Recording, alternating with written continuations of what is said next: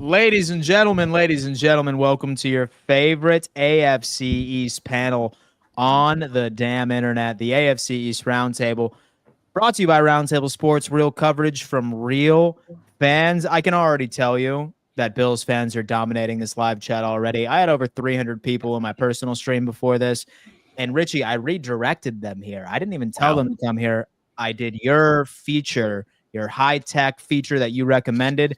I can already tell. Bills fans, spam Go Bills in the chat just so we can flex on these fools.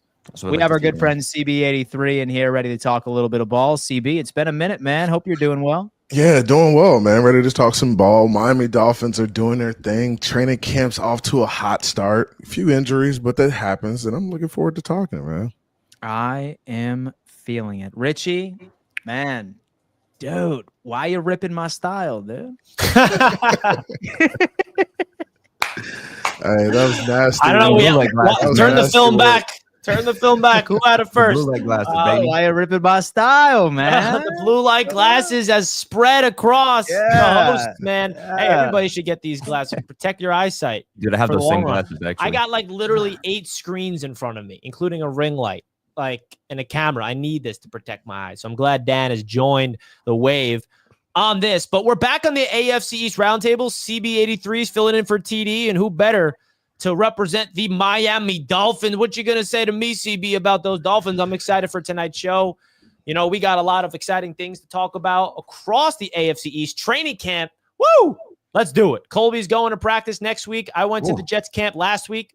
I'm going back tomorrow and Saturday. Being at training camp in person, it just feels different when you're there with your own eyes. You can see football happening, smell football. It's back. Hall of Fame game tomorrow. I'm excited to talk some AFC East with you guys. Me too. Colby, how's life?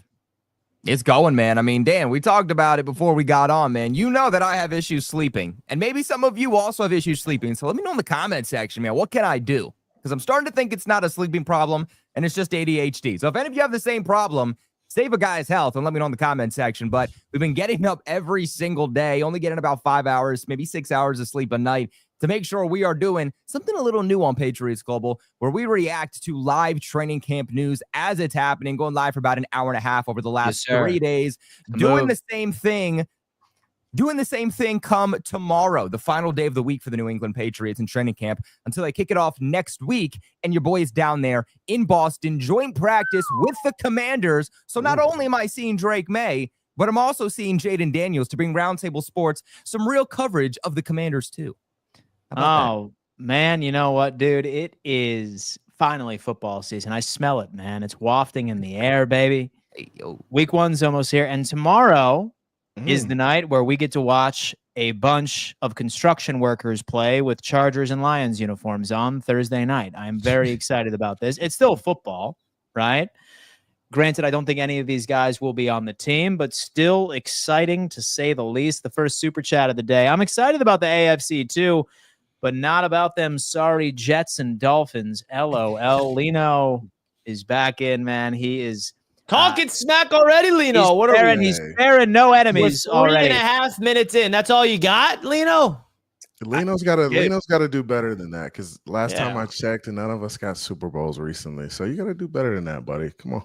Hey, we got one in 2018, okay? It wasn't that long ago. I suppose can Bills fans talk until they get a ring? I mean, at least us three can cherish that ring, man. Even if it came when I was never here. Well, you know what, Richie? So you and I have something in common. We both have not witnessed our team win a Super Bowl, so we can rest with that fact alone.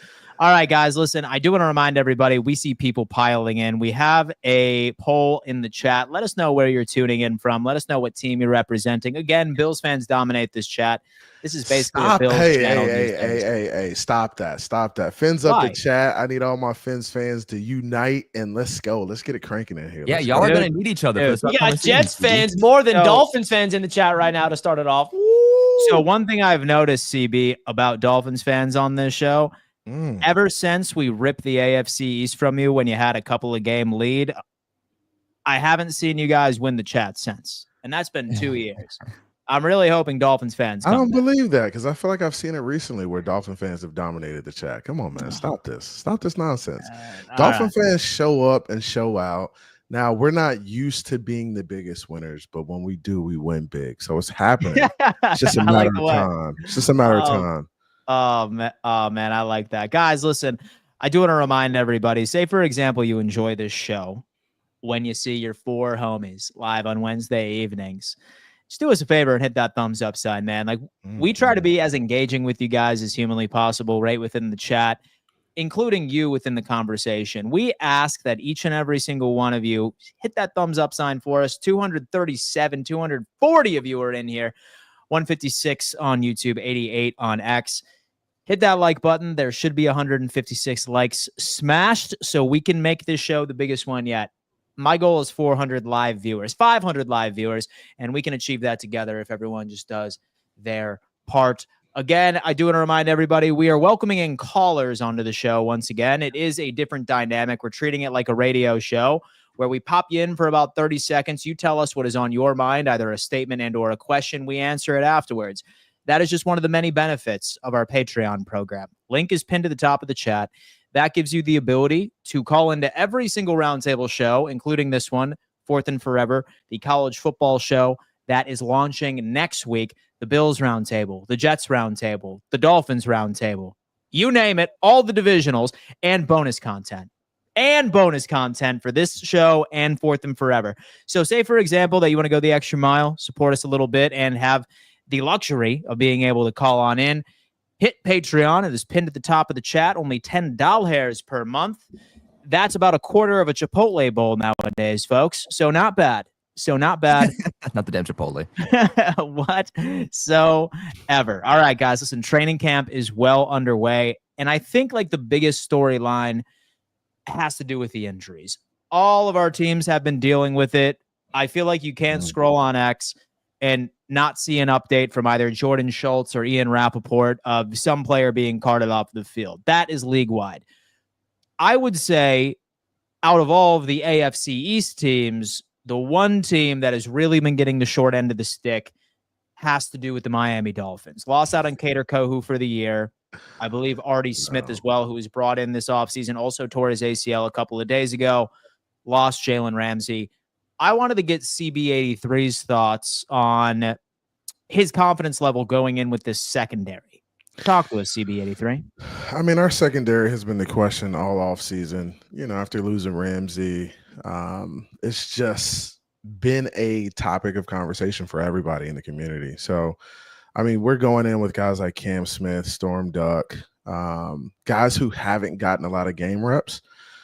But losing Kader did hurt. I mean, that hurts. He played on the inside. I thought he was going to be our nickel guy. But we'll see. I mean, I think the Miami Dolphins are really stressing the front four and the guys in the middle, that front seven. So getting pressure to kind of just free up some of those guys to make plays on the back end. And I think that's going to be the point of emphasis. But I think the Dolphins will need to make a couple moves at the cornerback position just to kind of shore up that room. But I do think we'll be all right. And what I do understand is that injuries happen, you know, this time of year for every team. So it's just a matter of who. And then I'd rather it get out the way early so we can make the adjustments and kind of figure things out moving forward. So not glad it happened, you know, prayers up for Kader, but he's going to be missed for sure, but we will be able to adjust and make a move to kind of alleviate some of this pressure. So are there any pending free agents currently that are intriguing you? I saw somebody from the Dolphins community on X a bit earlier today post a picture of Xavier Howard and said, Man, get it done, Chris let it Greer. go. Let it go. They said, get it done, Chris Greer. No, I'm not a bring back X guy. I mean, I'd rather take a chance on a Asante Samuels Jr. or something like that. I know his pops kind of went AWOL on the Dolphins and, you know, had a lot to say, but, you know, I'd rather take a chance on a guy like that. I don't know if Gilmore's still out there, but there's some veteran presence out there that we can kind of bring in to shore up the room. And that's honestly what we do every year, right? We have guys in-house, but we're going to go out and find a couple guys who can help. And typically those guys end up getting a lot of time. They don't always stay healthy, but they do end up contributing, just like we had, you know, Kendall Fuller last year. Like, he played a lot of football for us. He played well.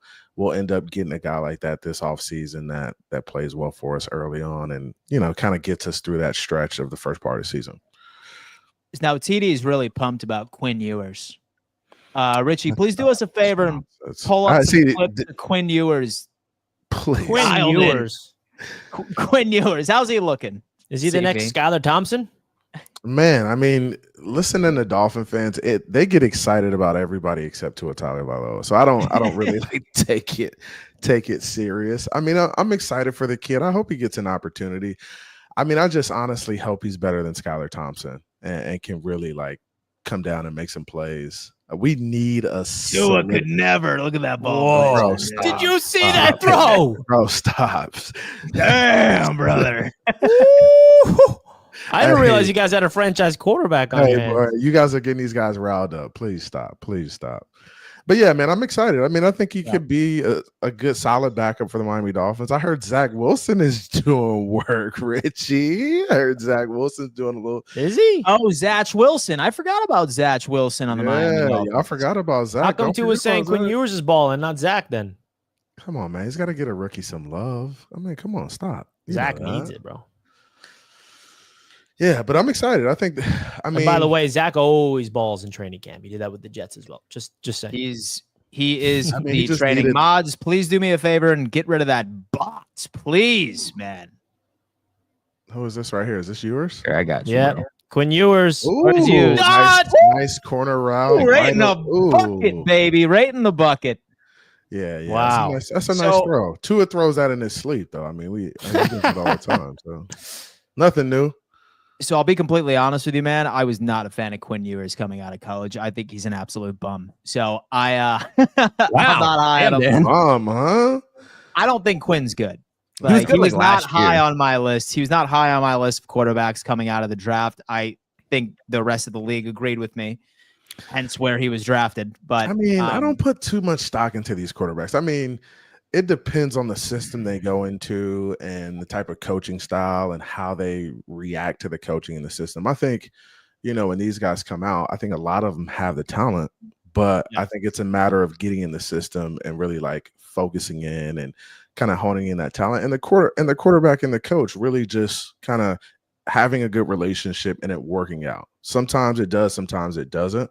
But I think it's more about the relationship between the head coach and the player than anything. Thoughts on the secondary situation for the Miami Dolphins, Colby? Thoughts on that? If you were Chris Greer, if you were in charge of that damn organization, what's Colby Cochran's first move?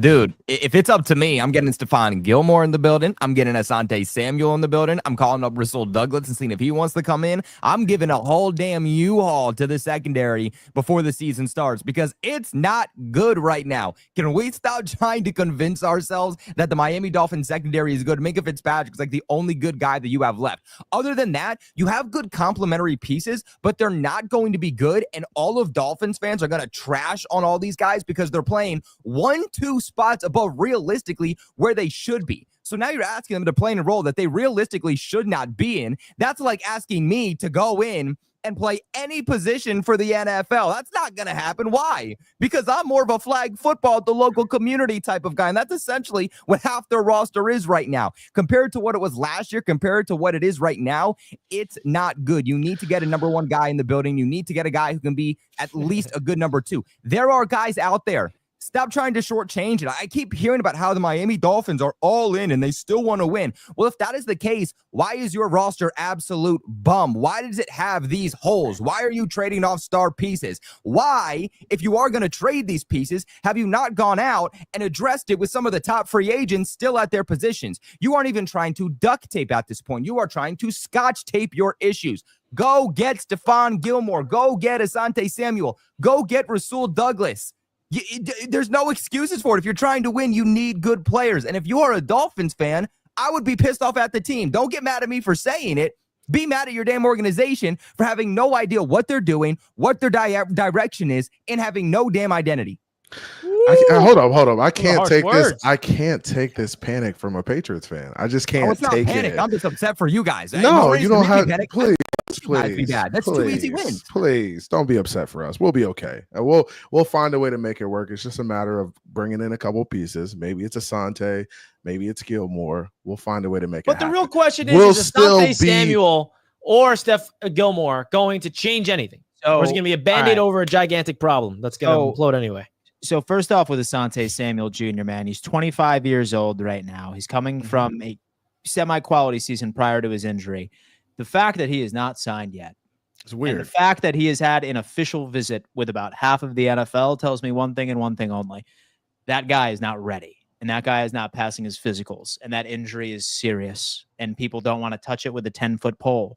So I've heard a couple of Bills fans like being interested, especially once we got that scare with Maxwell Harrison yesterday. Thank God it's only an LCL sprain. I think there's a reason. I'd probably avoid it, and to be completely honest with you, but Steph Gilmore is probably your best option.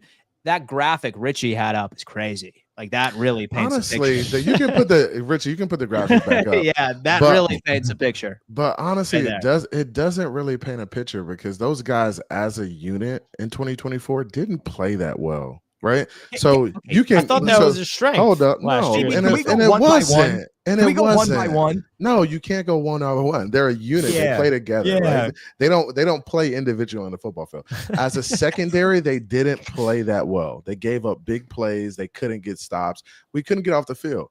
So I think it's more about the cohesion of the group and the unit as opposed to individual players. And you guys could, I mean, you see names like Jalen Ramsey and Poyer and Holland. Holland played poorly. Poyer played poorly. Jalen Ramsey was on a decline, so he didn't really play his grade, right? And it is what it is. Bro, you're lying to yourself. No, That's I'm bad. not. I'm not, bro. I'm good.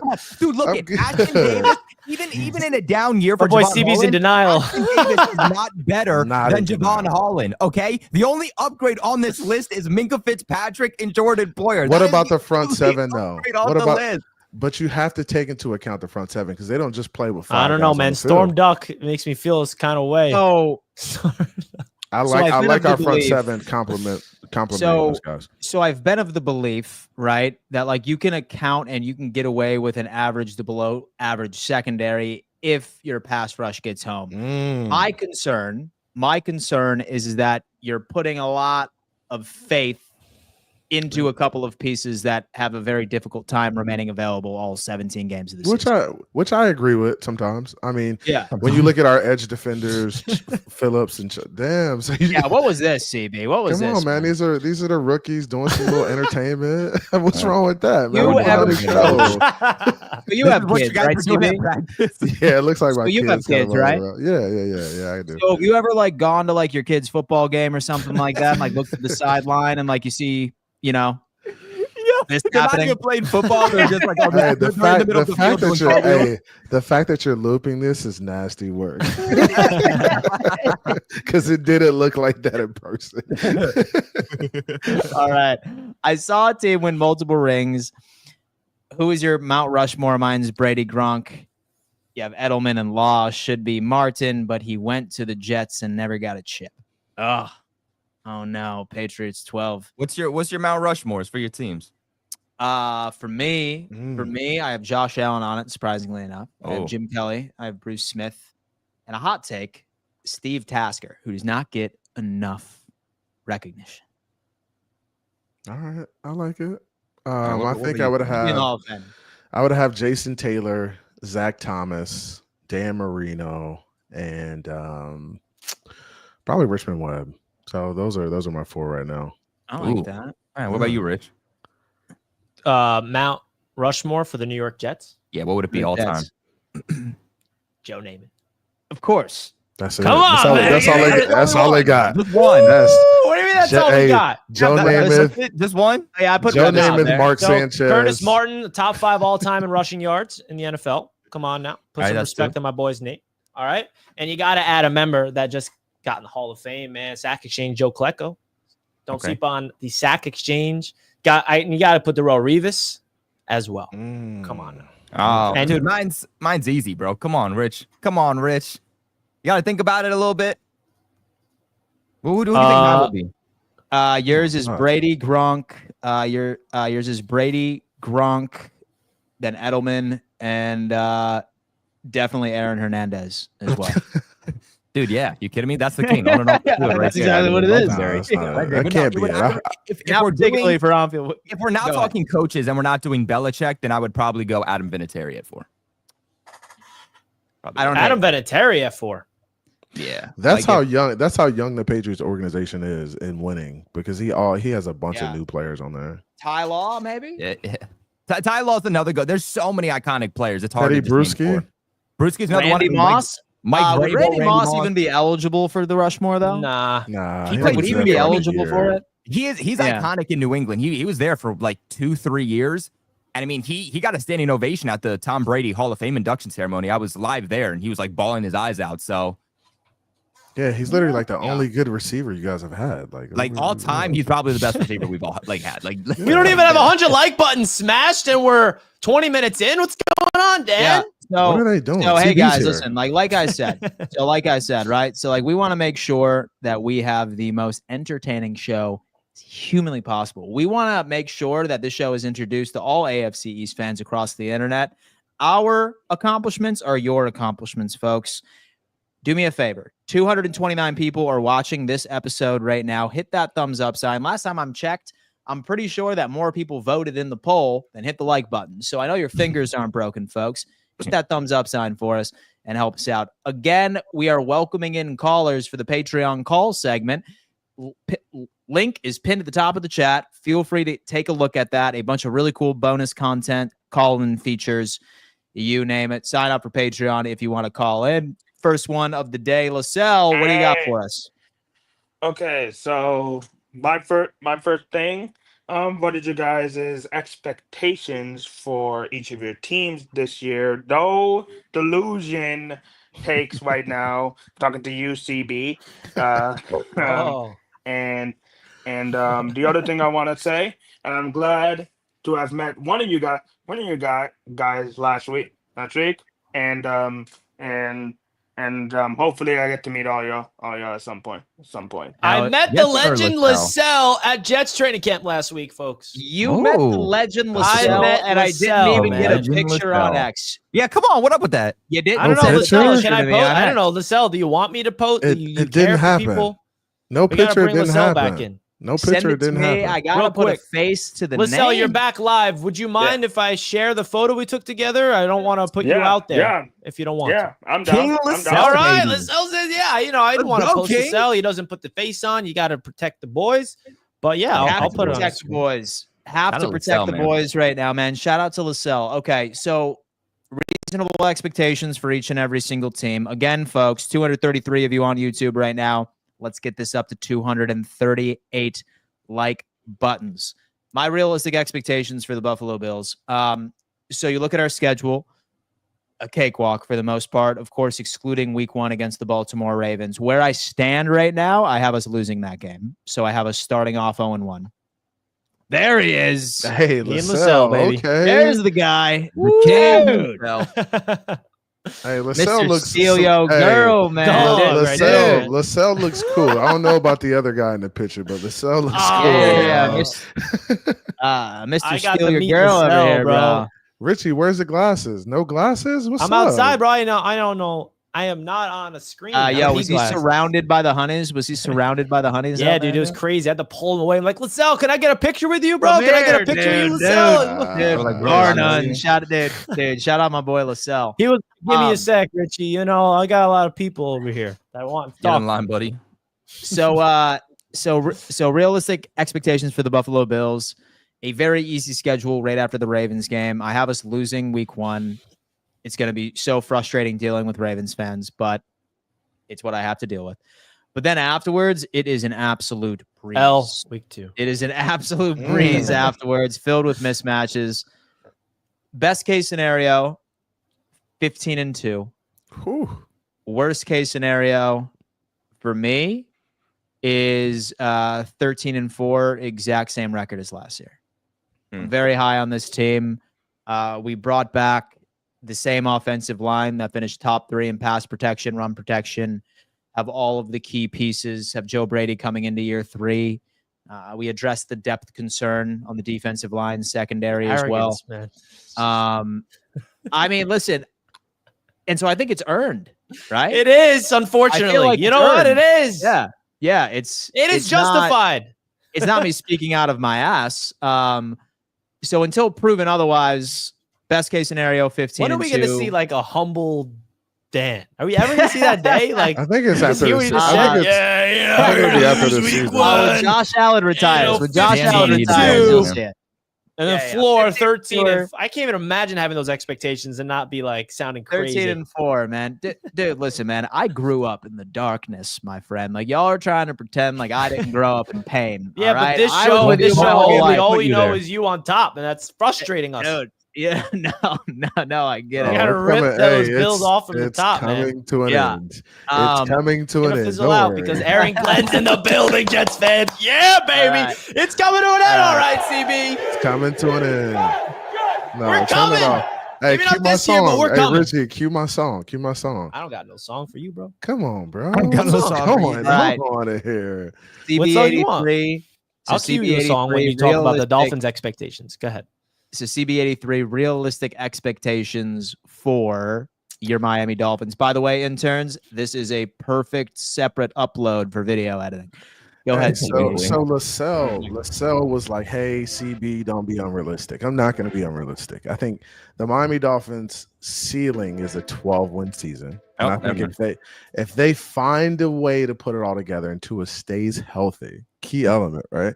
Tua stays healthy, the Dolphins can win 12 games. Now, floor for the Miami Dolphins, I think, is 9 wins, and I think, with our schedule, I think we can get out to a good start. I think we can win, 6 of 7 games early on, because it's not really a tough schedule up front. But I think we really got to have a hot start and play well up front and early on in the season. I think we'll be fine.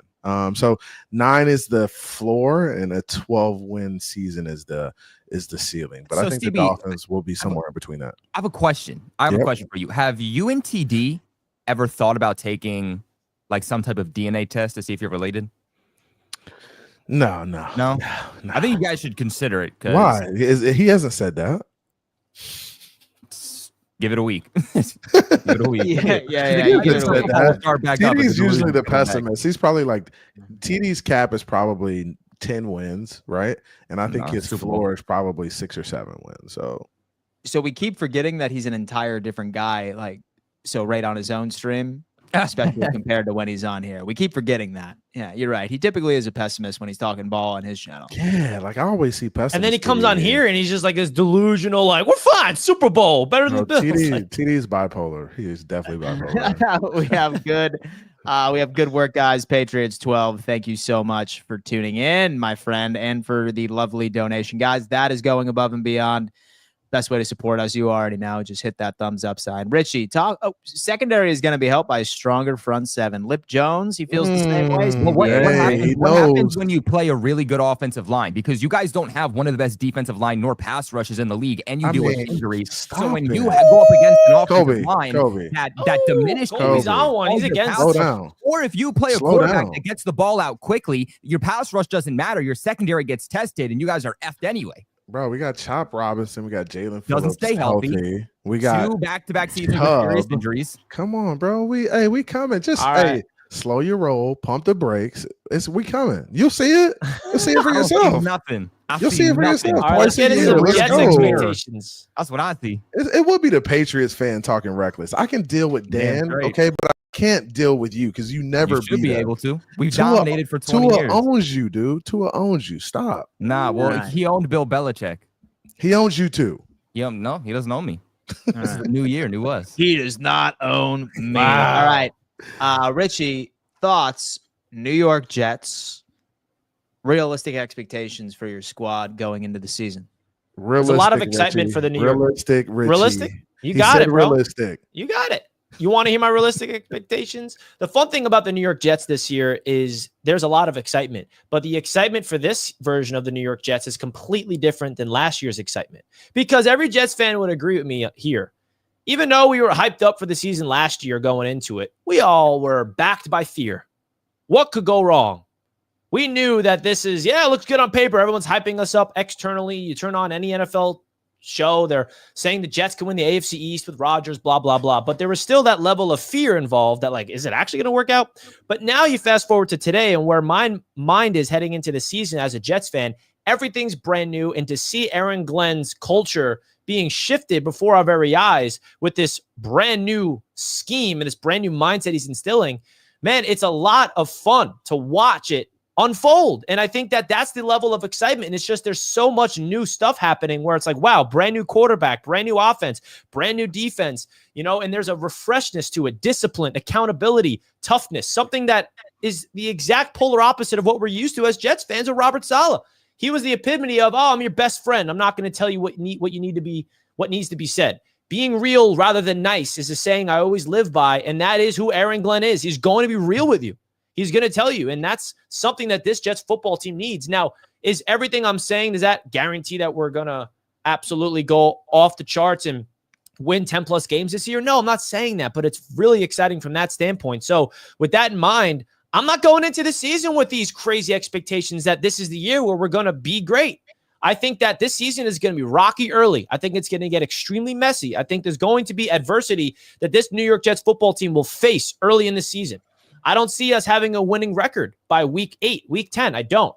But I'm going to look at this football team midway through because I heard what Aaron Glenn said when he opened up as the Jets head coach in his introductory press conference. He said, we're the New York Jets, and when adversity strikes, we're built for this shit. And watch us fly when the adversity hits. That's what he's trying to instill, a tough mindset, because adversity is inevitable in football. Every team deals with it. The great teams are the ones that handle it with prosperity. They're able to get over the hump. And that's what Aaron Glenn is going to try to instill. So if the Jets are abomination early on in the season, I'm not going to be panicked. I'm going to allow this team that's brand new with an extremely young team and young roster. It's not just a young coaching staff. This whole roster is young.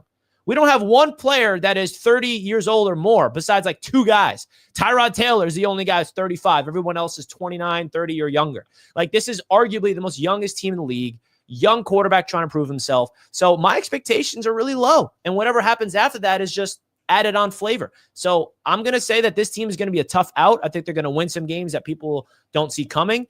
And the key to them is the running game and defense. If those two things work, we actually could be a solid fundamental football team. So I think that we're going to be around like 7 to 8 wins. And if everything does click, it could be 9, but I'm not going to go there just yet. And if it does have to be 5 or 6 wins, that's because Justin Fields just simply can't play ball and he's not the guy moving forward at all. So that's my expectations. I'm not really going into the season thinking we're going to do anything great, but I'm hoping that this football team can show us that there is a shift and everything we're seeing in training camp, which is different. I mean, the Jets are going live at practice now. Like Quinn Williams said, that's the first time I've been live at practice since my days in Alabama. Full tackling.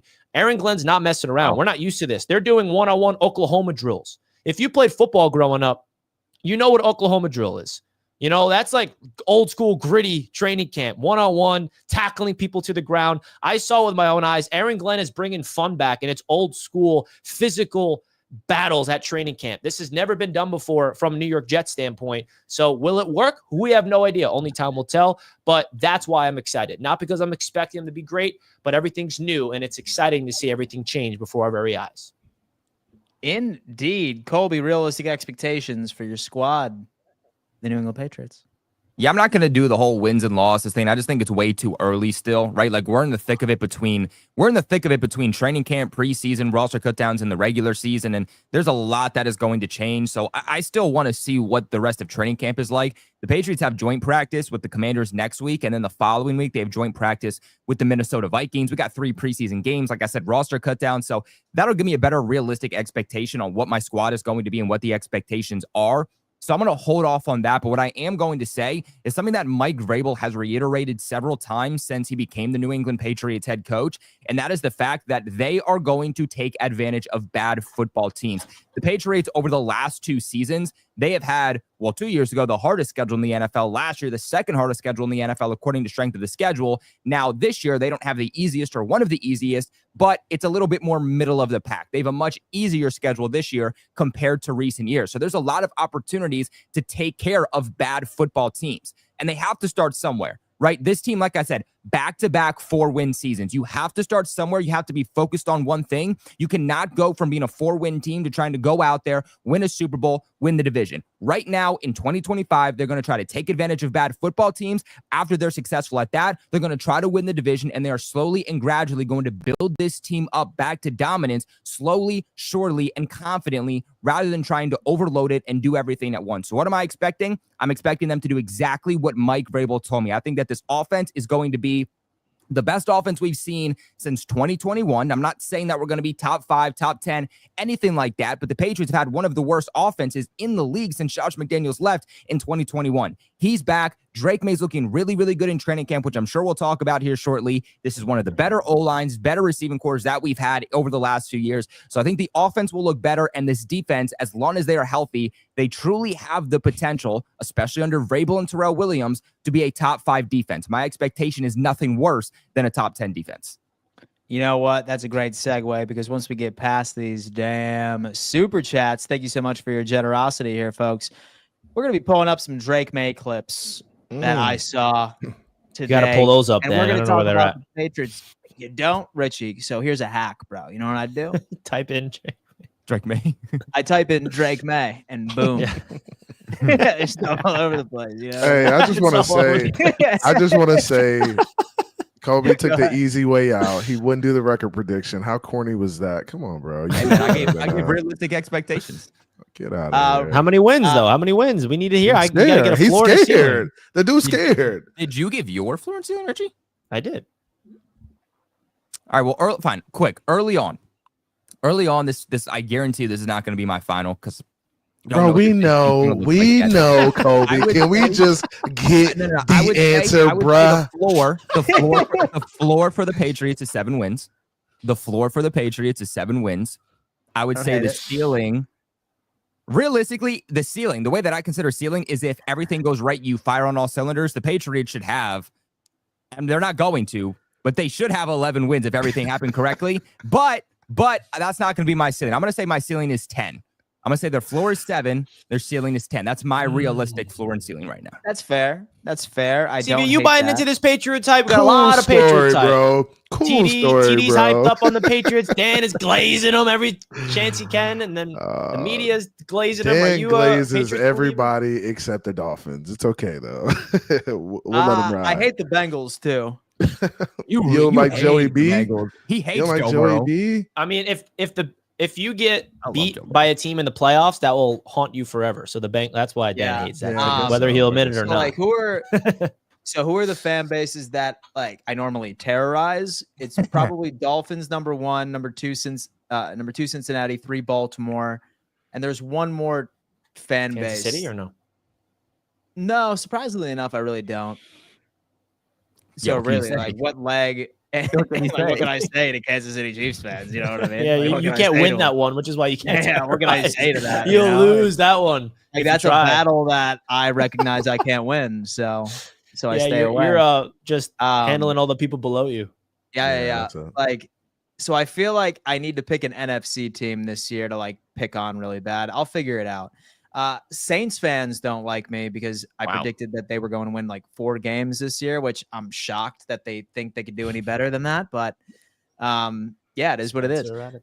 Snacking 95. Richie, I'll be at MetLife this weekend for SummerSlam. SummerSlam and MetLife. Look at that. I love We it. have Jason M. Jets fans never panic when their team is an abomination because no one panics when things go to plan. Yo, Wink, that's wink. funny. That Well, sounds the like Jets the did Joker panic. right there. Is that like Heath The Ledger? Jets did panic last year. We fired everybody like 5 weeks in. So, yeah, panic has led to where we are now. Panic is indeed where we are left from then on. But hey, Colby, listen.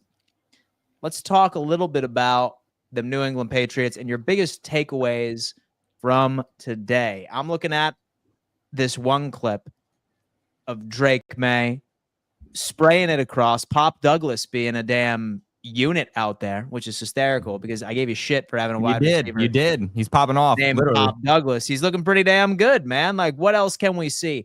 How's the defense look? Because that's the question. All the new pieces and Vrabel. What's the word in Patriotsville? Yeah, Talk to so I me. mean, offensively, it's Drake May. And you guys clowned me when Drake May, the first day of OTAs, was out there throwing 4 picks the first day of practice. And I said, calm down. Let's not overreact either way. Did I And clown look, you? it's training camp. It's training camp. And so I'm still not going to overreact. Now, Richie, you were laughing at me. Maybe you didn't clown me, but you were laughing at me. Drake May has not thrown a single pick, a single interception whatsoever throughout 7 days of training camp. He has a high completion percentage. He's been absolutely dominant. The football placement has been really good. And I think the best part is that people will be like, oh, he's probably just targeting Stephon Diggs the entire time. What happens when they take away Stephon Diggs? Drake May is putting the ball everywhere. And this is something he did at college too, because he said, I look to spread the ball out. I want to give every guy on my offense an opportunity. I don't want to flood the ball to one guy. And while I'm not comparing Drake May to Tom Brady, I will say that that was something that Brady was iconic in doing here in New England under Josh McDaniels. So I'm sure that's something that Josh McDaniels loves about the young quarterback who is entering year 2. I mean, every single day you have him throwing multiple touchdowns during red zone work. You have him giving the ball out to Kyle Williams for multiple touchdowns in a day. Kayshon Boutte for multiple touchdowns. Stephon Diggs, right? He's really utilizing these wide receivers, which has been the biggest question mark for the Patriots, right? We're not even talking about what has he done with the running backs. We're not talking about what has he done with the tight ends. All eyes have been, what can this wide receiver core do? And so far, they are really capitalizing. An underrated issue for this team since Josh McDaniels left in 2021 was their inability to capitalize once they reached the red zone. They would find ways to drive down the field, but then it's either turnover, whether it's a pick or turnover on downs, whether it's a fumble, or they'd have to settle for 3. With Josh McDaniels back and based off of what we're seeing, I really, really think that this team is going to capitalize a lot more with 7 points. And yeah, baby, that's Pop Douglas. The guy that y'all gave me crap for. 3? That's Pop Douglas, baby. Number 3, Pop Douglas. 5'8". 5'8". Pop Douglas. He was one of the best wide receivers in the NFL last year in separation against man coverage. But the only reason we didn't hear about him is because we didn't have an offensive line to be able to get him the ball. That's Now, he's not a popcorn wide chicken. receiver 1, but I'm telling you, Pop popcorn Douglas, chicken. That's Pop Douglas popcorn is gonna put up chicken. like That 800 ain't yards. Pop popcorn. Douglas is going to be like our own Khalil Shakir, baby. That's what he's going to be. But yeah, expectations are definitely higher for this offense. Drake May's looking really good, but the O-line is definitely still having its turnover. It's better, but it's not where it needs to be yet. The plays that we are hearing from this O-line that are highlighted are by both Patriots rookie offensive linemen. Will Campbell, you see the speed. He's getting downfield quick. He's learning from his mistakes, more specifically in the running game, providing key blocks on the outside for second-round pick Travion Henderson, who his speed has been on display massively throughout training camp. But then also rookie third-round pick in Jared Wilson on the interior. He's made a lot of highlight plays also. Still some turnover there on the O-line that has to be figured out. Still some question marks in pass protection, but it's at least better from what we saw last year. Moving on to the defense, I would say my biggest takeaway is the injuries. That's my biggest concern. More specifically with your outside cornerbacks. Now, it's nothing serious. We would know if it was something serious by now, but Christian Gonzalez went down about 2 days ago in practice. First play of 11 on 11s, guarding Stephon Diggs. No contact injury, but pulls his hamstring, walks off under his own power. There is a video out there if you guys are curious, but walks off under his own power, points to the back of his hamstring, comes out the next day that he is dealing with a hamstring injury. He's out there throwing with fans, walking around, has a compression little sleeve on his left leg, but he's walking around, no limp, looks good. He's projected to be good for week 1, and based off of what I'm seeing, I would expect the same thing. But Carlton Davis, outside cornerback free agent addition, they made to play opposite of Gonzo. He's also been dealing with some type of injury. We don't know what it is. He was working on the stationary bike. He did return to practice today. Doesn't sound like it was necessarily in full capacity. So that is certainly something that I am watching because I don't love the depth for what the Patriots have at cornerback. Now, UDFA corner DJ James has been balling out. So that is a name to watch if you are a Patriots fan or just any team in the AFC East. But if the Patriots want to do what they want to do defensively, if they are going to be a top 5 unit, it is going to have to come with health and having Carlton Davis and Christian Gonzalez both staying healthy. Other than that, I mean, the D-line has just been absolutely phenomenal, right? And I think the biggest question is this defensive line really going to be one of the best in the league, or is it the offensive line that they're going up against? And that's something we're not going to know till the time comes along. But you have Milton Williams balling in pass rush. You have Christian Barmore balling in pass rush. Caleb Chason, the former first-round pick for the Jags, who broke out with the Raiders last year. He had 2 sacks today. He's been balling out in practice too. So expectations are definitely high for this defense, but it's going to come with them first staying healthy, because the best ability in sports is availability. Dude, you know what, man? It's those hamstring soft tissue problems that have been plaguing the NFL. Super annoying, but you know what, man? We are glad that it's nothing significant, because nobody on here roots for an injured player anywhere, and that is even including your divisional rivals right across the NFL. Guys, 668 people are currently rocking with us, spending time with us today. 297, over 300 earlier on the show today. I did notice that there are a hell of a lot more people voting in the poll than hitting the thumbs up sign. Guys, let's pump this thumbs up sign up to 300. It helps out the channel tremendously. We are trying to make this live chat even more entertaining for you guys. The more people in here, the more people that you get to talk trash to. All right, so hit that thumbs up sign for us. Help us out. By the way, boys, the Buffalo Bills are currently leading the chat at 41%. 41% of the chat is currently from the Bills Mafia yet again. Man, shout out to everybody in here. I got nothing better to do. Nothing better. That's okay. Nothing better to do. All right, listen, folks. Let's bring in our next Patreon caller, folks. If you ever want the ability to call into any single roundtable show, go sign up for our Patreon. Pinned at the top of the link. Only $10 a month. Helps us out. Lino is in the building. Buffalo Bills fan, the man. What's going on, dude? How you doing? What's going on, man? Chilling, man. What you got for us today? Man, CB's right. We don't got nothing to do but to get on these Miami Dolphin fans. You know what I'm That's saying? all So y'all got. let me start with that. You know what I mean? Go ahead, 12? Lino. Go ahead. I'm here. I'm here. I'm all ears. Possible 12? Where? You ain't. I hope you ain't counting them beating the Bills, because that's two losses right there. I am, Lino. I am. You I'm said the counting same both thing. of them. You said the same thing last year, CB, and you again was wrong. So let me That's point okay. that out. That's okay. Hey, we're coming You back ain't- for you ain't- vengeance. Hey, it's okay, Lino. Hey, you can talk your talk. It's only a matter of time. Time will You tell. said it. You said it every year. Like it's gonna be going on 10 years, and you still gonna be saying it. Nah. This is the year it flips. Don't worry. It's coming. It's happening. Wait, so you said it's gonna flip for y'all or other teams in the division? It's gonna flip for us. We about to be winning the division. Don't worry.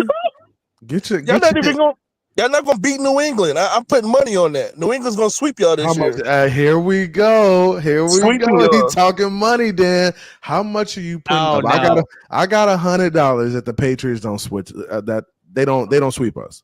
I got $100 All right right. now. Come on, If put we your money where make that bet, your we money get- where your mouth is. Scared money don't make money, Lino.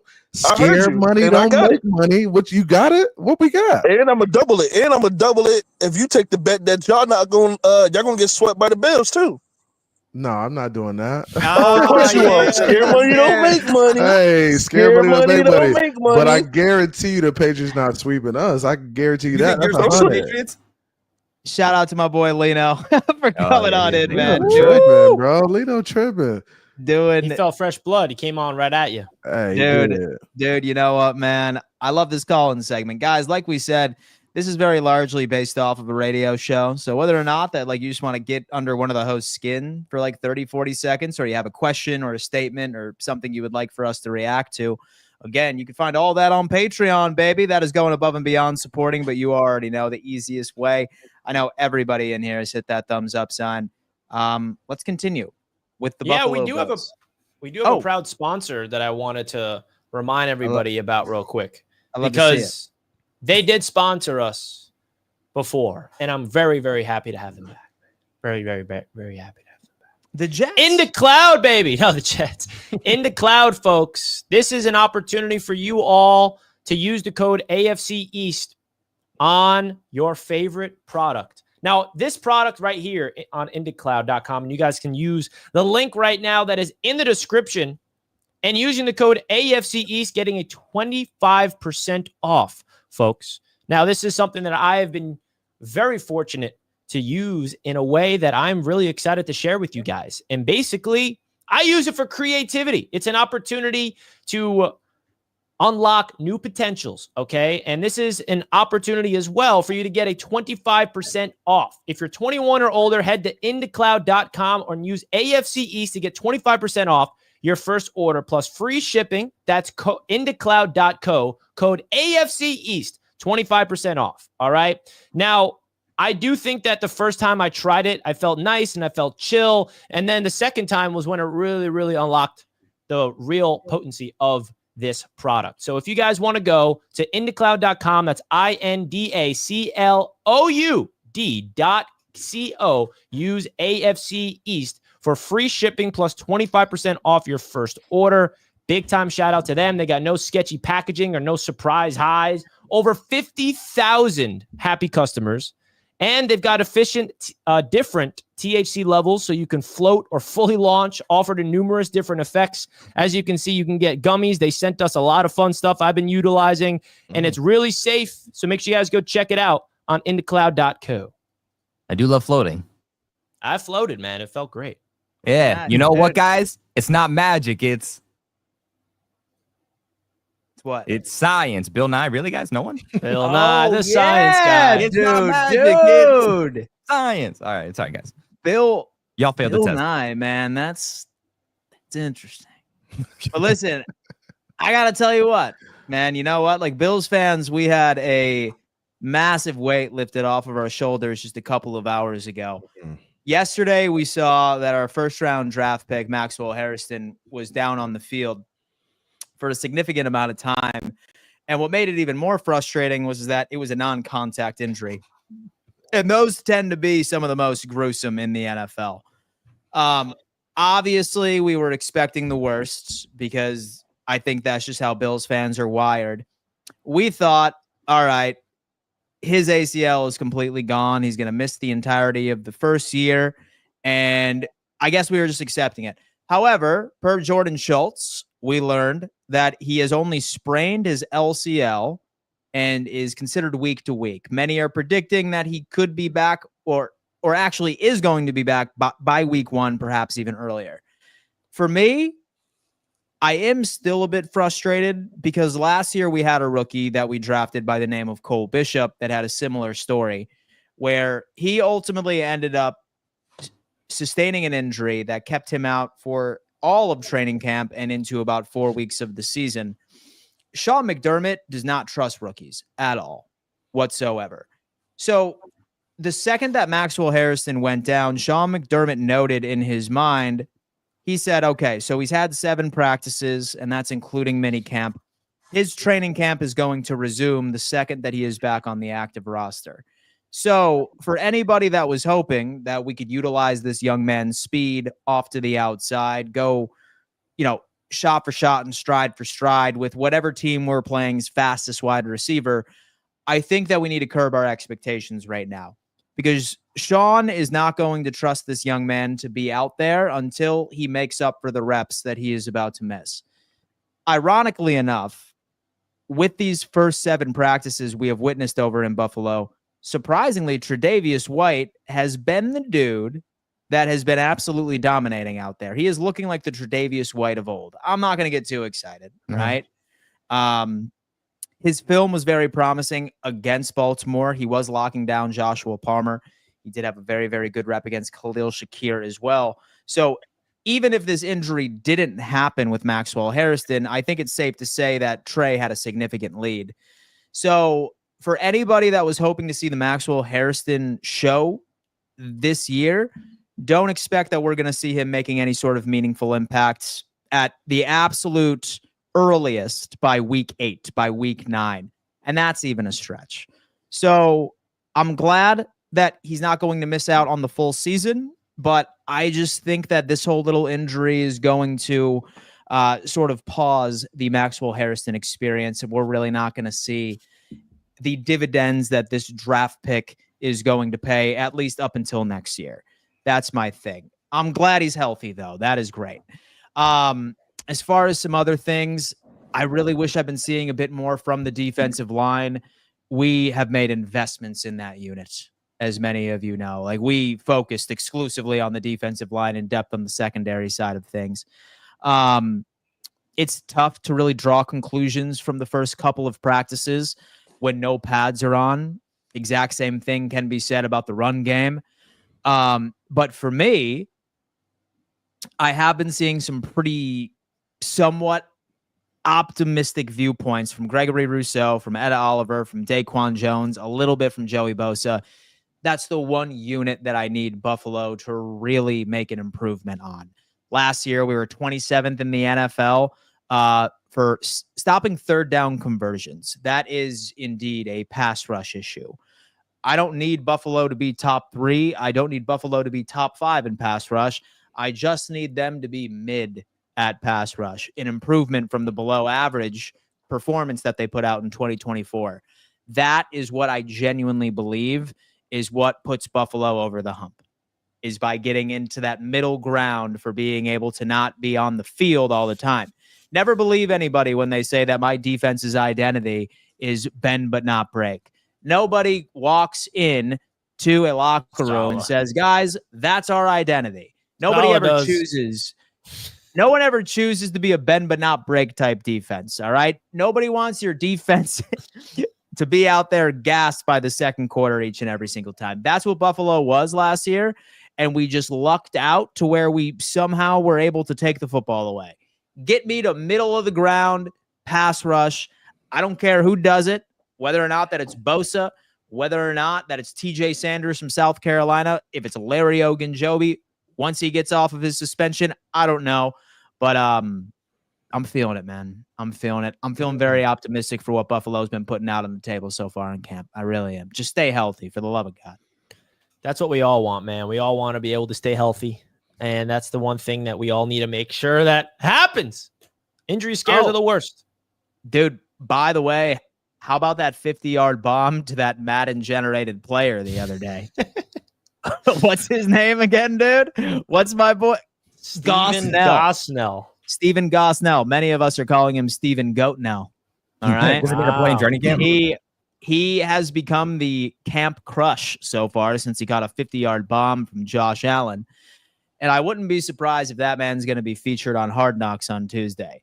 Y'all know you're watching Hard Knocks, right? Yeah. I'm watching Hard Knocks. I'm watching Hard Knocks, and it's only because my cousin Elijah Moore is a Buffalo Bill, and I didn't know you were related to Elijah. And that's the only thing I like about the Bills right now. Outside of that, you guys are absolutely terrible. Dan's like, get him on. No, it's not even that. I'm just glad that CB and I have something in common, man. Like you're all right. So also get him on. All right, Elijah was the first Jet I ever actually had a connection with. Bro, and he was such a good player for you guys. You guys screwed it up, man. So CB, he requested a trade when we were finally winning, bro. We were 5-2. He says, I want out. So CB, how more to it than that? It's more to it. So let's talk a hypothetical right here. Say, for example, that week 18, it comes down to the Buffalo Bills and the Miami Dolphins to win the division. All right. And then Josh Allen drops back, and we see Elijah Moore absolutely burn Storm Duck, and he takes it to the house to win the AFC East. How are you handling that? I'm absolutely crushed, but I'm also excited for my cousin because he made a big play. So he your first cousin? Yeah. So actually, that hypothetical beautifully. Actually, through my wife. So that's my wife's first cousin. So yeah, that's awesome, man. Yeah, wow, that's awesome. So honestly, I spent some time. So I was in Miami, and he went to St. Thomas Aquinas. So I spent some time with him, watching his high school games and stuff like that. That's a football school, man. Big time. That's football a football school. Yeah, I was just down there a couple of weeks ago. He had his first camp, and my son was down there. He plays, so we took him down, and he had a good time. He had a great camp too. Oh, dude. What position your son play? Wide receiver. He's an athlete. Wide receiver, DB. He's a stud too. He can play. Oh, okay. How old is he? He just turned 10. He's on IG. Cam.Batten. Check him out on IG. He's a baller. Ooh, he's on whole IG at 10 years old. Yeah. He plays for. Pull that up right now. Let's. He plays Wait, for. What is it? Doing some scouting for the Buffalo Bills in 2038. Baby, come on. What's it again? I don't think I could let him go to the Buffalo Bills. I don't know, man. What's the IG? It's Cam.Batten, Cam.Batten. He plays for a big flag football team out of Arizona called the Five Stars. So like an AJ Green youth. Nah, you're telling me this is your son, bro? Yeah, he's a baller. Baller, 16,000 followers. What is this guy thinking? Dude, man. Yo, listen, has he? That's him with Elijah right there. Yeah. Oh no, So, is that you? Oh, this is a future player in the league, bro. Has he lined up against baby Gronk yet, dude? dude. Oh, actually, we saw Baby Gronk this past weekend. We were in Houston for Junior Olympic National, so Baby Gronk was there. Yeah, I can already tell he's a baller, dude. Yeah, he's a baller. Yo, I thought like Pull up one of his plays. Oh, dude, he's got Buffalo Bills running through his veins right there, brother. Buffalo. Pull up that one right there. Oh, there which you one, are. This one? Yeah, this one right there. So let me see some routes, man. Come on. So this is where we at? So he's just playing defense, and then he runs a route at the end. That's pretty cool. Yeah. Wait it up. Come on, Cam. Yeah, he's a baller, man. He can make plays. You gotta zoom out, bro. Why are you so close, bro? Yeah, come on, man. Listen. Oh. Give me that flag. That length. Yeah. And We're sitting here scouting, boys. Oh, man. Sign him up. Yeah, Sign him up. All right. Come on, man. Yeah, man. Future Dolphin for sure. I don't know the about Jets these got other him. teams. This is your kid? The Jets got him. Yeah, that's me, man. That's my Jet, man. Like your real kid, or like a not adoption, but like step, like real. Come on, bro. Stop. That's my son, bro. That's my seed. My seed. That's a seed. Come on, man. You can't tell from that peak athleticism. Hey, you see the Dolphins? You see the Come Dolphins? on Always repping the Phins, baby. Always repping the Phins. Who taught him how to ball? I feel so bad for him when the Jets are going to draft him, bro. Oh, it's okay. I'm just kidding. I don't feel bad. He's about to be a dog with Aaron Glenn and the boys. That's funny. Yeah, he's a baller, man. But yeah, that's what I've been doing. Just kind of spending time with him, traveling. I've been to Dallas, Pittsburgh, Houston. I've been all over the place this offseason, so it's been crazy. No, that's crazy, man. Congratulations, and hopefully, he has a great career. Yeah, He's got a long way to go. That's what it's about. Long way to go. Long journey. But it's cool to see him, drive. Well, guys, listen, we actually have a good friend of the show that hasn't been in quite some time. New Patreon member who's back, baby. New Patreon member. He's back after a little bit of a hiatus. We missed this guy. Parks, how you doing, man? I'm back. Here we go. Football season. Dude, we missed you, man. We missed you. What's been up with you? Now, I just got one thing to say. Jets fans, why y'all hating that people are hyping up the Patriots? We listened to 2 years of people hyping up y'all, and y'all didn't do nothing with it. Richie, let me ask you a question, Richie. What's wrong with Justin Fields? What's been his problem since college? Let me see if you know this. Holding on the ball too long? His pocket presence is trash, and his processing speed is really slow. What makes you think that you're going to do something with that? What do you think what did I say? I think we're going to do something with him. No, I understand what you're saying, Richard. You know he tried. That's why you saying you think y'all going to win based on a running game and a defense. He hasn't shown consistency in the pass game, so I can't expect it to unlock. I got to wait and see if it will or not. I'm not expecting This is what I do know, that Drake May will have better stats than him, bro. That's the fact. I mean, the only stat that he'll probably lead Drake May in is rushing. That's it. As far as throwing the ball, no, he ain't doing that, bro. He's not that good. Where Justin Fields will beat Drake May is where Justin Fields will beat Drake May is, and the only stat category that matters is wins. That's some BS, and you know. What y'all gonna sweep us? Y'all gonna sweep us, Richie? Now we'll split. I don't care about it. Wins aren't a quarterback stat, and then be like, yeah, but Fields. It's not about quarterback versus quarterback. All I care about is wins, bro. I ain't worried about no quarterback. Richie, you're not gonna get many of those, bro. You're not gonna get many of those. I can't hear you. You've been in the basement for 2 years straight, Park. Sorry, I don't talk to basement dwellers. I'm sorry, I can't hear a person that ain't won nothing since 69. Sorry, man. 2 straight years in the basement, bro. I can't. How's that been down there? Colby, I'm talking to Parks, please. Colby, please. I can't do that. Me and Parks. Richie. At the end of the day, we got 6 rings, baby. Oh, really? I got 1. You didn't see it. So, still part of history, baby. Go ask your granddaddy about it. Go Google some YouTube highlights. A ring, baby. That's all that matters. Just like this Miami Dolphin thing. Go ask your daddy about it. Keep me out of it. Go ask your daddy about it, bro. Out of it. Go ask your daddy about it. Go Google it. Go Google it. Go look at some YouTube highlights, bro. Don't get me started. You know I'll go off for you, bro. You don't want them problems. You don't want them problems, baby. You don't want them problems now. No, man. Good show. I'm back. Good to have you back, I'm here a week, man, because I catch y'all. I don't get to catch the shows, man, but I catch Fork and Forever every time y'all have an episode, man. Awesome. Hey, man, we're glad you like it. Great shows, man. You know I love y'all, man. It's a Patriots world, Kobe. Let them know it's a Patriots world. Oh, We you already gonna, know, Parks. You already know. we building something over here. I don't know what your Jets doing. I don't know what your Dolphins doing. This division gonna come between the Bills and the Patriots, man. That's You said it, Bills and the Dolphins. That's what you said. You said Bills and the Bills and the who? I'm sorry. You said Bills and the Dolphins. Tua can't stay healthy. Man, come on now. Tua Leroy is coming. Don't worry. Parks, we appreciate you, man. Great to appreciate y'all, man. For real. All right, What good a stuff, Jet man. thing to say. What a Jet thing. Patriots are bottom feeders because they've been the last 2 years. Man, the Jets are a poverty franchise. Y'all have always been Talk terrible. me about the most recent history. That's all I care about. Wow, I'm talking about today and the most franchise recent history. I don't care about ancient history. I'm talking about today. Yeah. History. That's you crazy. Seems like I pressed you there. Look at Kobe. His face is all red. I said that. Look at him. He's getting all in his feelings. Hey, Kobe, you are turning red. You are turning red. She's Chat. red right now. All right, chat. Please Say put the a truth, 1 in they the get all chat. pressed. So please put a 1 in the chat. Say that you remember Parks. Parks was one of our regular callers about 3 years ago. Oh yeah, OG.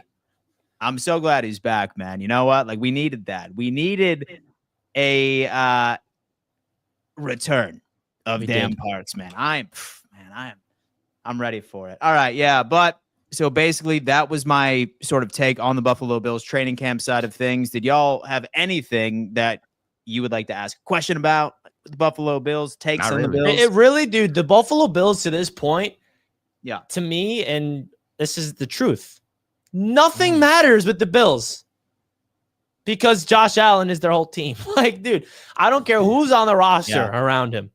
And that's really what it is. He's MVP for a reason. He is the Buffalo Bills.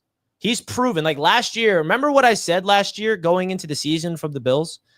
I remember, and I stand on business. I said this season, talking about last year going into it, I said, this is where we get to see the real Josh Allen. He does not have Stephon Diggs. His weapons suck on paper around him. If he levels up his game, then he's a legit elite quarterback.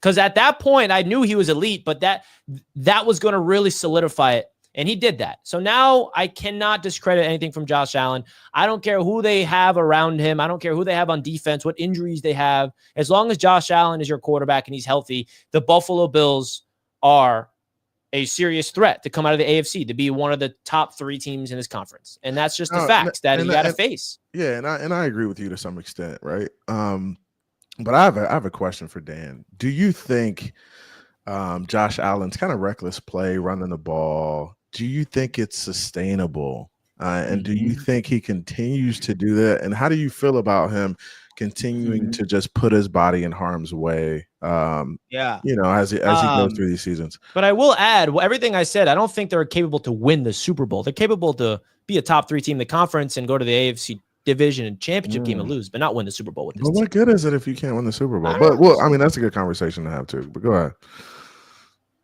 ahead. So it's interesting, right? Because last year I would say that he ended up learning that the hard way, because last year he played half of the season with a broken hand. So week 1 against the Arizona Cardinals, he dove over that one safety. I'm pretty sure it was Budda Baker, broke his hand, and then he was basically out for the count for the first 6 games. That's largely where you saw James Cook take control quite a bit. I think that there may have somewhat been a part of him that he had to see it to believe it, that he could still win football games, saying that he didn't need to put his body on the line. It's a big part of his game. It's something that I'm not pounding the table and saying he needs to stop this immediately, but I also acknowledge the fact he's dangerously close to being over 30. And that's when you need to really start relying on a quality run game. That's when I think that we actually need to go out and invest in a solid wide receiver, like drafting a guy that is no way he's going to miss somewhere in the mid rounds. Someone often asks me this question. I think Josh has maybe another 2 years, and that's even pushing it, of him being able to be that threat right on the ground. So without wanting to avoid some sort of serious injury. So, it's who he is, though. I feel like that part of his game will never leave. So it is who he is, but at some point, I feel like you need to develop being a pocket passer, and I feel like he's not there yet. I mean, he can do it. Yeah. I feel like he can do it. He's got the cannon. His accuracy is definitely has skyrocketed. You know, Yeah, he's I been feel like well he's into the capable. I 60s. feel like he's Yeah. capable. Yeah, he's I been just well feel into like the he 60s for a does. while. I feel like he does make some mistakes when throwing the ball and really having to sit in the pocket. And I feel like that's his safety blanket is, hey, taking off and getting yardage where he needs. So I just feel like, you know, he's got to become that guy. And I feel like, you know, if he takes a couple more tough hits, it could really hurt you guys, you know, in the long run. That's what I'm about. And so it helps that he's 6'6", 245 He's a too. You know what I mean? Big kid. Yes. Yep. Yeah.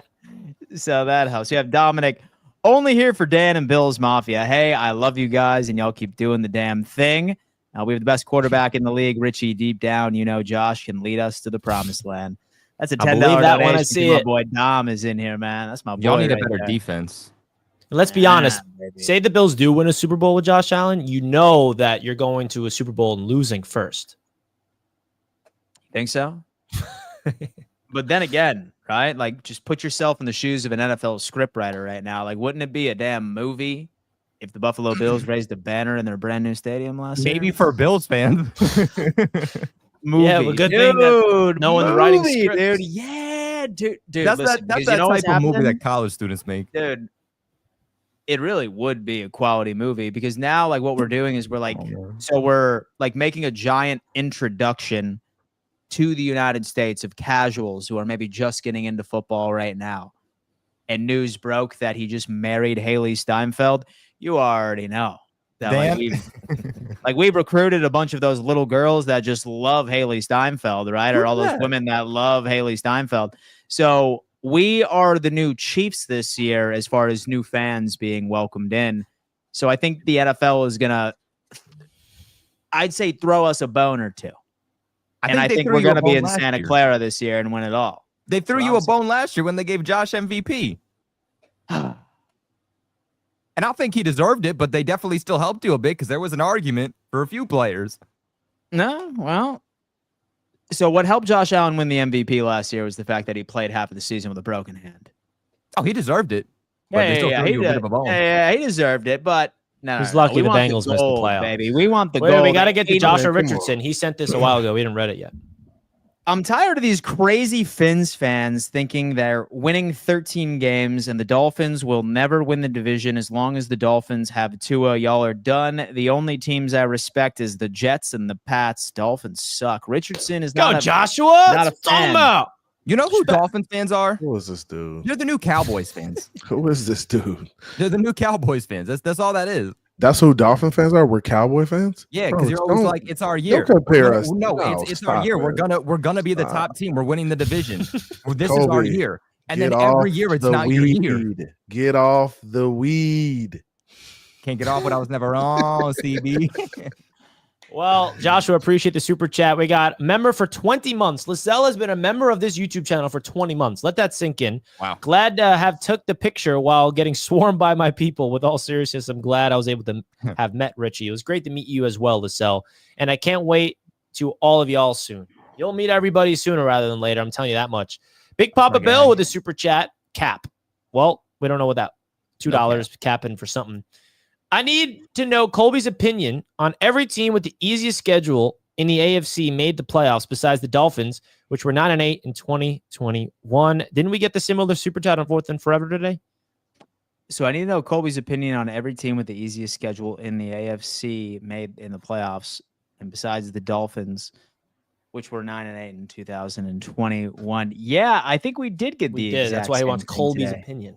He wants Colby's opinion on it. All right, so what exactly is the question? Damn, Kobe. Read it, Colby. I mean, what's wrong with your You need reading? to know comprehension? Colby's opinion on every team with the easiest schedule in the AFC made the playoffs. So, like, you need to know my opinion on every team with the which teams in the AFC have the easiest schedule? Is that the question? I don't know. Because if that's the question, then just look up NFL strength of the schedule. I think he's trying to say that The Dolphins? in the last 5 years, every team with the easiest schedule in the AFC made the playoffs besides the Dolphins. So, like, if you have the easiest schedule, they make the playoffs. But the Dolphins had the easiest schedule, and they did not make the playoffs. That's what he's saying. He's I wanting don't you really to. buy into He's that. wanting you to shoot at us, but you can't. Really It's a shoot dig at the us. Dolphins. I could shoot at the Dolphins for a lot of things, but I think that's one of those things where it's, I think there's a lot of factors that go into Strength of this. schedule's overrated. Who cares? It's based off a lot of different factors. It's a little overrated. Well, look, we appreciate the super chat. Matthew, we boy also Matthew. have a super chat from Lip Jones. CB's son already bigger than Pop Douglas. Ballin'. Already Pop better Douglas. than popcorn chicken. He's already better than popcorn chicken. Hey, he didn't say better. He said bigger. I love it. Bigger. Lino with another $10. LOL, hearing Richie tell Colby it's not about the past, but when you what you did now, but bring up 1968 Super Bowls. Crazy work, Bum Jets.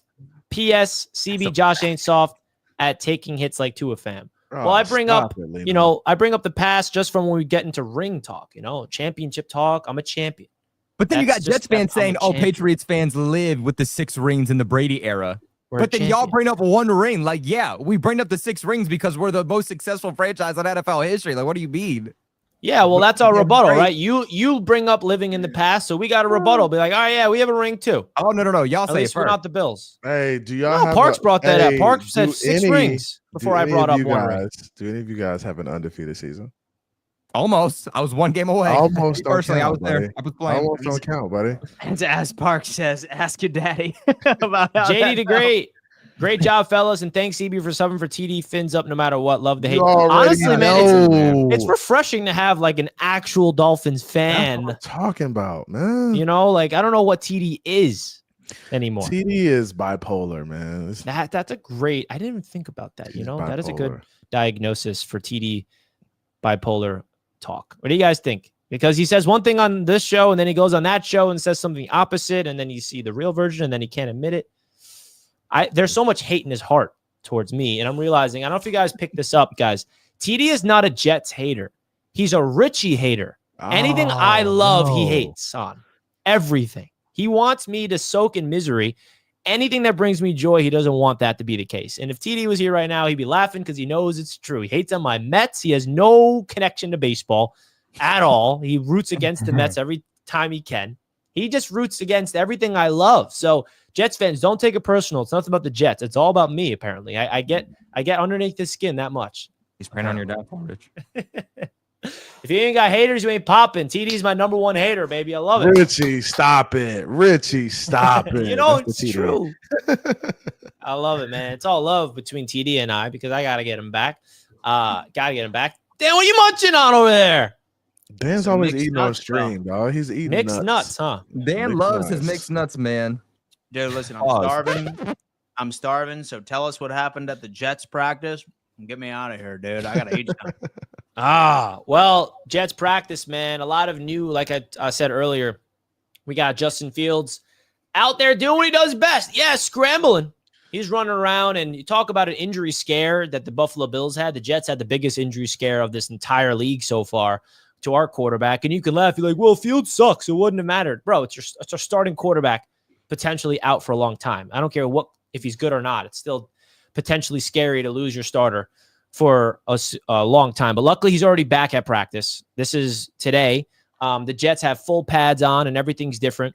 And what I want to show you guys, and the thing I want to focus on when it comes to the Jets at practice, it's not so much Justin Fields because he's learning the offense. It's going to be a slow burn for him. It's all about Aaron Glenn. Like when you talk about this Jets team, you talk about training camp, it's not about Justin Fields. It's about Aaron Glenn. And I just want to show you a clip of an example of who Aaron Glenn is as a coach because he's taking these subtle jabs, and it's not just Aaron Glenn. Everybody on the Jets, when they get asked by the media, what's the difference between this team compared to the previous regimes? Like, whenever they ask that question, it's just setting them up to take shots at Saleh. But they're not meaning to do it. It's just they're noticing the difference. And, it's a breath of fresh air. You know what Robert Saleh and his coaching staff just did not do well? Coaching, right? And this is an example. Our edge rusher, Will McDonald, dominated last year, 10 and a half sacks. He's the guy I'm expected to break out this year. He bull rushed our rookie right tackle, Armand Membu, at practice, threw him to the ground. I was at practice. I saw it. What Will McDonald is known for is his finesse spin move. He's more finesse, but now he added some weight, and he now showed an element of power. And when they asked Aaron Glenn about that, like, what's changed? Will McDonald has this new move. Like, where did that come from? Like, blah, blah, blah. This was his response. A lot of that, the speed last year, we saw a lot of with Will. Yep. Spins that come running in.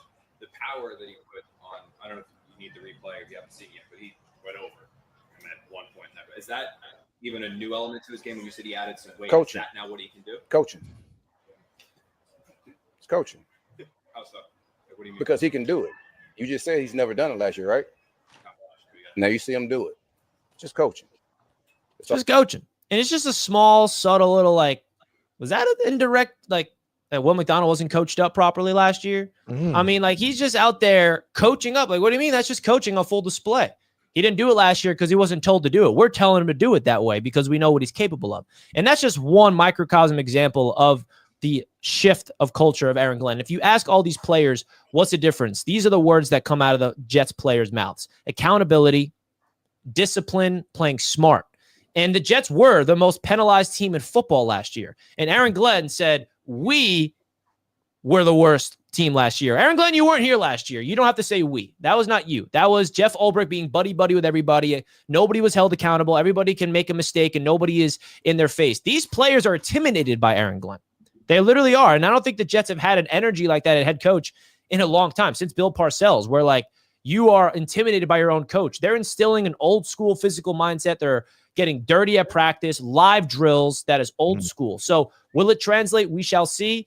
And what Garrett Wilson said too, which is important about this whole shift, is like, you can't just preach competitiveness and say, yeah, we'll rev it up. We'll rev up the intensity when the games happen. No, you got to compete that at practice. You have to be intense at practice because that's where it all happens. And the reason why I'm saying all these things is just goes to show you how abysmal the Jets coaching staff was under Saleh.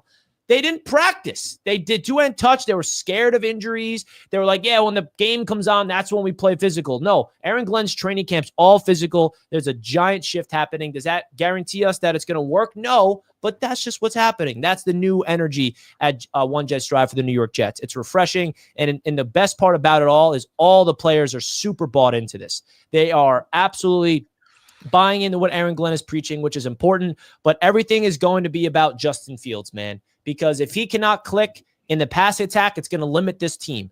But if the running game works, which I think on paper we have upside with the offensive line, with our two running backs and Justin Fields' ability to run the ball himself, the Jets can run the football if everything goes accordingly. And the defense is another dimension that I'm really excited to see. Sauce Gardner in a brand new system that is going to absolutely take advantage of his strengths. He's finally going to travel to number one receivers. He's going to blitz the quarterback. He's going to play in the slot. We're going to have more blitzes than we've ever had before, more man coverage, more playing on the ball, more opportunistic types of defensive looks of what this team is going to be about. So if they could run the ball and play defense, we can stay in games, and then hopefully that's what's going to elevate Justin Fields' ability to unlock his game through the pass attack. I'm not going to say it's happening, but without the run game, you can kiss this season goodbye for the Jets because it starts there, and it starts with every team. But the reason why I say the run game for the Jets in particular, Justin Fields is not going to be able to pass, like 30, 35 times a game you're going to win. Like, they need to run the ball, set up the play action, simplify the game for Fields. But from that standpoint, man, the new energy that Aaron Glenn is instilling in this team, it's refreshing as a Jets fan. Damn, man.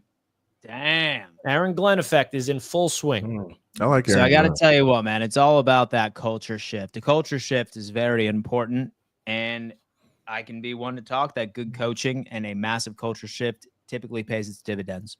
And another thing about Aaron Glenn, people can relate to him. He's a player. He was drafted by the Jets in the first round. He was around when the Jets won one game, and then they hired Bill Parcells in the 90s, and he was a player and witnessed a turnaround firsthand. So, these players respect Aaron Glenn. They're like, wow, you lived through this. That's someone I want to listen to, of being around a one-win football team. And then remember, Bill Parcells brought the Jets to the AFC Championship game in the 90s in 2 seasons. Quick turnaround. So he's been around the storm, and of course, we know what he did in Detroit. But it's just refreshing, man, that he's just has this aura about him where he's not Mr. Nice Guy and buddy. It's like he's intense. And if there's anybody that's going to lift the Jets out of this cloud of misery and dysfunction and 14-year playoff drought, we're very self-aware, us Jets fans. We know who we are. We know where we came from and who we are to this moment. We're a dysfunctional mess. You need an energy and a ferocity like Aaron Glenn, in my opinion, to be able to lift this team up, because without that type of energy, it'll never happen. I love Period, that. Rich. All right, Colby, thoughts on that? I think Richie hit the nail on the head, to be honest with you. You know, I think when it comes to the New York Jets, I'm just kind of in a wait and see approach, right? Because I hear from Richie, I hear from Jets fans every single year how this year is different, and they get a new quarterback or they get a new head coach or something changes, and this is different, and then the vibes are high, and maybe the vibes are high. And I think with Jets fans, they get excited when change comes because they've just, every time something new comes, it doesn't work out. So when something new does come along, they're like, all right, we can kind of reset our minds a little bit. Maybe this will finally be the time that it hits, and maybe this will be the time that something hits for the Jets. We don't know, but I can't really take what the Jets are doing too serious. Like, I got to take it with a grain of salt, because I just feel like every time there's a new coach, every time there's a new coordinator, every time there's a new quarterback, there's this new piece, it just doesn't work out. And so until I see it on the field actually work out, personally, I'm just going to pump the brakes. Good luck trying to tackle Garrett Wilson in a one-on-one Oklahoma tackling drill, by the way. Here's Garrett Wilson. Why would I be doing that? Because that's what Aaron Glenn's doing. He's like, yep, he's trying to preach tackling in open space. Good luck. Whoop.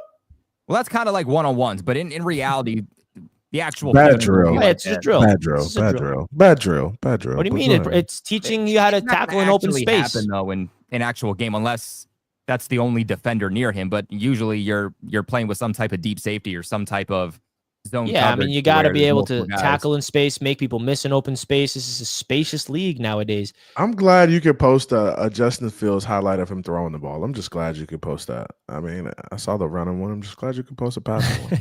Hey, there's more. There's more if you want, but we'll stick it with Braylon Allen looking like an absolute brute. Richie, I told you, 400 pounds. Richie, I've been saying for so long that Braylon, even going back to last year, I said Braylon Allen is going to be the running back one for the Jets. I said it's not going to be Breece Hall like everybody thinks. And it happened. I mean, hey, man, I won't be complaining. I got my Dolphins smacking that. I got my Dolphins smacking that. Don't worry. Nah, Mason Taylor, by the way, if you want to buy stock in any player on the Jets on offense, it's Mason Taylor. He's our tight end number 1, our rookie in fantasy. I'm just saying, Justin Fields loves his tight ends. Cole Kmet in Chicago was a dog. Pat Freiermuth was a dog with Justin Fields. He loves relying on tight ends. Mason Taylor, the rookie from LSU, his daddy's a Dolphin. His daddy was a Dolphin great. His daddy was a Jet great as well. And we're excited about him, man. He's been fantastic in training camp thus far, a rookie tight end. And he's already the starter. He's going to be the tight end 1 for this football team. That's how bad y'all were at tight end? Jeez Louise. Second round. Well, folks, tell you what. I'm very excited to announce that next week is the full season 2 of the full Roundtable Sports Network. It's technically season 3, but let's not obsess over semantics here. All of the division shows are coming back. Each and every single divisional roundtable is in full launch. So say, for example, that you guys are interested in just tapping in on other divisions, maybe. For all of our Patreon members that are paying $10 a month to call into this show, guess what? You can call into Fourth and Forever, and you can call into all of the divisional shows if you have a question. A lot of really cool stuff. Have a college football show being launched. All right. We have a Bills roundtable being launched, the Dolphins roundtable, Jets roundtable, Texans roundtable, Lions roundtable. We are hitting the ground running in 2025. Content almost always on all of our associated channels. So say, for example, that you guys want to support us, man. Just go on ahead and subscribe to the channels that intrigue you, because we are dead set on keeping you entertained all season long, every single fan base across the league. CB, what do you got to say to the audience before we send them off on their merry way? First, shout out to all the Dolphin fans in the chat. I appreciate everybody coming through. This was a great conversation. I'm just excited for the season. I think the Miami Dolphins will surprise a lot of people. I'm excited. And, you guys may not think that, but the times where you doubt is the times where the team will show up and exceed expectations. And I think that's what the Miami Dolphins are going to do this year. Everybody is doubting us. Everybody's saying we're winning 5, 6, 7 games. I think the Miami Dolphins surprise us and beat a lot of teams that we aren't supposed to beat. So looking forward to it. Love the conversation. Be sure to join the Patreon. Check me out on Phins Talk with CB83. I'll be going live later tonight to talk some Miami Dolphins. He's talking some Phins, baby. Talking some Phins. Richie, what do you got, man? Let's get the stream to 300 likes, folks. If you did not hit the like button, make sure to do it. If you did already, we appreciate it, man. And shout out to Zachary for reminding.